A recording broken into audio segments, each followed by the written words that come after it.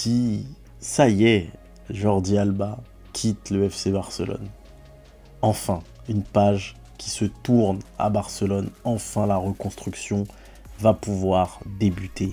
Piqué, Busquets, Jordi Alba. Les trois ont quitté le FC Barcelone cette saison. Le FC Barcelone va enfin pouvoir se reconstruire économiquement, sportivement. Ces départs étaient indispensables. On va se concentrer sur le dernier départ, celui de Jordi Alba, voir un petit peu les conséquences au niveau financier et les conséquences au niveau aussi du mercato, que ce soit concernant Messi ou concernant l'effectif. Donc Jordi Alba s'en va, ça y est, c'est officiel. Il suit Sergio Busquets.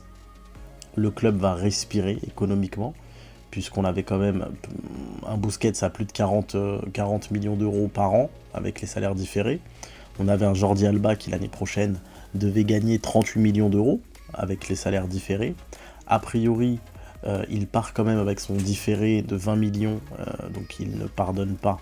En fait, les sources se contredisent. Certains disent qu'il va laisser la moitié de ce que le club lui devait, donc 10 millions, et d'autres disent qu'il va prendre l'intégralité, donc 20 millions d'euros. Dans tous les cas, on économise son salaire de base, à savoir 18 millions d'euros brut, parce que oui, Jordi Alba, c'était 18 millions d'euros par an. 18 millions d'euros, c'est un salaire stratosphérique, c'est un salaire de top joueur, c'est du 9 millions d'euros net, c'est un top salaire. Jordi Alba s'en va donc, ça va libérer de la masse salariale, au moins 18 millions d'euros. Si jamais la Liga approuve le plan de viabilité du club et qu'on est soumis à la règle donc du 1 pour 1, on pourra recruter un joueur pour 18 millions d'euros, salaire plus amortissement.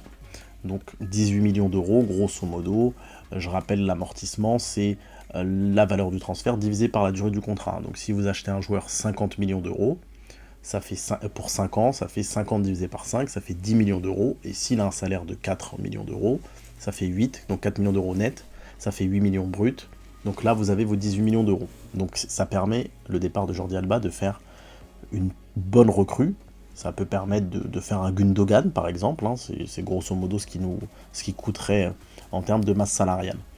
Sportivement, on perd un élément intéressant en sortie de banc, parce qu'il est quand même meilleur que Marcos Alonso. Maintenant, il est moins bon que Baldé, nettement moins bon que Baldé.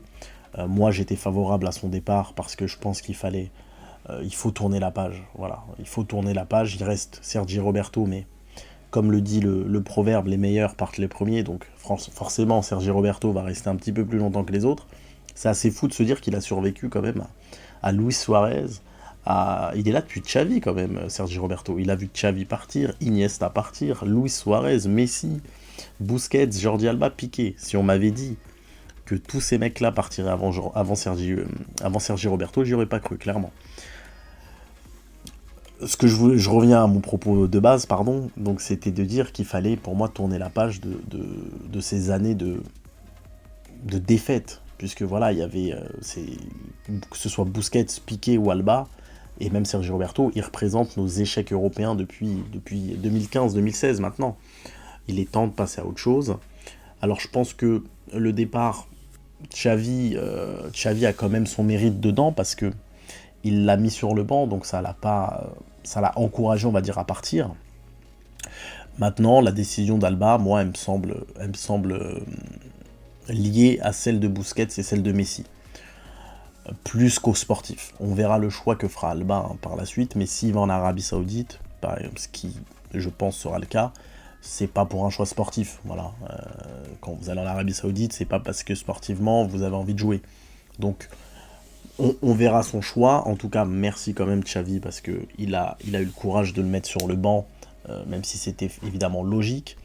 Alors, la saison prochaine, du coup, on se retrouve avec Marcos Alonso en doublure d'Alejandro Baldé, donc ça fait un petit peu peur. Maintenant, je préfère avoir Marcos Alonso, même s'il est moins fort, plutôt que Jordi Alba. Ça va aussi permettre à Baldé de jouer, on va dire, je sais pas, 90% des matchs. Maintenant, il n'y a plus de concurrence. Maintenant qu'il n'y a plus Jordi Alba. Et puis ça va permettre, voilà, la reconstruction. On tourne une page. Je pensais pas qu'on y arriverait un jour.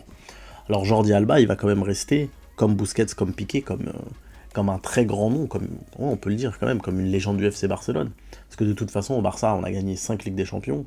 À partir du moment où t'en as gagné une dans la peau d'un titulaire, bah t'es forcément légendaire. Alba avec Messi, ça a été un duo, un sacré duo quand même. Même s'il y a eu des hauts et des bas, je le place pas au niveau de Piqué ou de Busquets dans l'histoire du club, mais voilà, il a marqué le club, donc merci. Merci, mais il était temps de partir. Voilà, très clairement, il était temps de partir. Place à la reconstruction. Là, je suis vraiment hypé, moi, par la nouvelle saison là qui commence. C'est vraiment pour moi un renouveau. C'est un renouveau qui débute. Et pour revenir sur le cas Messi, par contre, je pense que c'est terminé. Je pense qu'il faut enterrer cette piste-là. Alba et Busquets, Gérard Romero disait d'ailleurs que Busquets et Alba resteraient à 100% si Messi revenait. On sait que Messi, à chaque fois qu'il vient à Barcelone, il dîne avec Alba et Busquets et leur famille, parce que, encore une fois, c'est vraiment des relations de famille qu'ils ont. Hein. Les femmes se connaissent, etc. Donc ils sont au courant des plans de chacun. Busquets et Alba, je ne pense pas qu'ils seraient partis si Messi revenait.